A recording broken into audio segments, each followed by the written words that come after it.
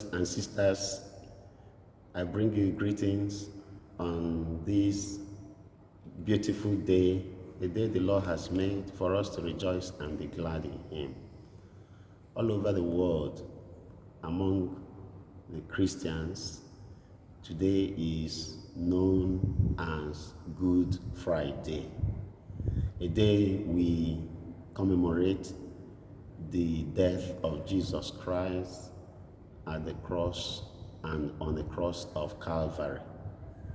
Jesus went to Calvary and died on the cross. He was killed. He was sacrificed, or he sacrificed himself. He died for us. He was not actually killed, but he died. He chose to die for the sake and salvation of mankind. One may wonder why the day of death is called a Good Friday. Why is it a Good Friday? There is something that made this day a good day, and his death a good one. Even though death is not in any form or shape a pleasing or pleasant experience, but then that of Christ is something good and great for mankind. So we want to reflect briefly on the reason why it is a Good Friday. That word good stands to tell us that there are certain benefits associated to his death. Those benefits are the reason why today is called a Good Friday. Again, we will be looking into the scriptures, the Holy Bible, to see one or two things we stand to benefit as Christians, and they are to encourage us and strengthen our faith. So we'll be looking into the Word of God in Hebrews chapter 10. From there, we'll pick one or two things. It would have been wonderful reading the entire chapter to get the message, but for want of time, we'll pick one or two verses, highlight them, and on your own, you are encouraged to read the entire chapter 10 of Hebrews. So, one or two verses. The first is verse 10 of Hebrews chapter 10. It says, "For God's will was for us to be made holy by the sacrifice of the body of Jesus Christ once for all time. Under the old covenant, the priest stands and ministers before the altar day after day, offering the same sacrifices again and again, which can never take away sins. But our high priest offered himself to God as a single sacrifice for sins, good for all time. Then he sat in the place of honor at God's right hand." One of the benefits from his death is the sanctification that Christians receive. By his death, Christians are sanctified. Before now, in the old system, in the Old Testament, the high priests were using animals, pigeons, lambs, goats, and even human beings in making sacrifices for cleansing, for atonement, for purification, but those sacrifices had no lasting effect. It's only the sacrifice, this particular sacrifice which Jesus made at the cross of Calvary with his body and blood, that is pleasing unto God.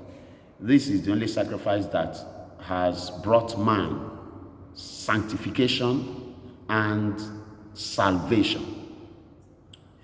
So man stands to be made holy Man is counted holy by the reason of Christ's death on the cross of Calvary. We can only claim holiness by this particular and singular sacrifice, his death, his vicarious death upon the cross of Calvary. Number 2, when we look at verse 14, Bible says, for by that one offering he forever made perfect those who are being made holy. We claim perfection only through Christ and in Christ. Outside Christ, we lack perfection. Bible says that our righteousness are like filthy rags. So nobody claims to be perfect. We cannot stand before God to claim perfection. We can only stand upon the sacrifice which Jesus has made to claim perfection and completion to stand before God. It's that blood that has justified us. Without the blood, we lack authority to stand or appear before God, to claim perfection, to claim goodness, to claim, a sense of completion. Outside this sacrifice, we lack acceptance, we lack authenticity, we lack, we are unacceptable. But through Christ, we are made perfect. Through Christ, we are made whole. Through Christ, we are made acceptable. Number 3, we look at verse 19 of Hebrews chapter 10. It says, and so, dear brothers and sisters, we can boldly enter God's heaven's most holy place because of the blood of Jesus. His death on the cross has given us boldness. We are bold before him and before all men because he died. If not that he died, we will lack boldness and courage to stand or live our lives. We cannot enter into his presence. We cannot have access. By his death, the curtain has been torn apart. We can now enter into the most holy place with every confidence, with every boldness, with every courage that this is our Father and we are approaching our Father. Again, his death gives us boldness to live our lives in this terrible world, in a world that is full of evil, full of calamities, full of atrocities, full of wickedness.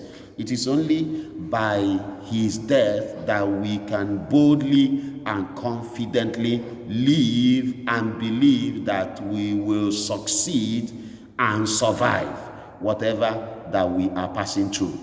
Whatever that comes our ways, we are destined to overcome because he has died and is risen and lives forevermore. So every child of God has boldness as his nature, as his portion, as his inheritance in Christ Jesus. Finally, when we look at verse 22, it says, let's go right into the presence of God with sincere hearts, fully trusting him. For our guilty consciences have been sprinkled with Christ's blood to make us clean, and our bodies have been washed with pure water. Through his death, we have and we are enjoying the benefit of regeneration of heart. It's only in Christ and through his death on at the cross of Calvary that any human heart could be regenerated. Any human heart could be transformed, that any human heart could be changed, old things passing away and everything becoming new. So it is through his death that one could be born again, could be transformed, could be renewed, and the person lives a clean life, a holy life, a pure life. It is only through his death and by the efficacy of the blood, the power in the blood, that we could be washed clean and pure. Therefore, brethren, brothers and sisters, as we reflect on these benefits, we pray that on a daily basis we will count on Christ's death and appreciate these benefits and live our lives in such a way that his death will not be in vain, but that the essence, the goodness of that death will reflect in everything we do, and through that we live our lives to the glory of God, pleasing God, and to the shame of the devil, defeating the devil, not allowing the devil have any stronghold over our lives. May the Lord keep you, may the Lord bless you, and may the light of his countenance shine upon you. And may the blessings of God Almighty, the Father, the Son, and the Holy Spirit be with you, abide with you now and forevermore. Amen.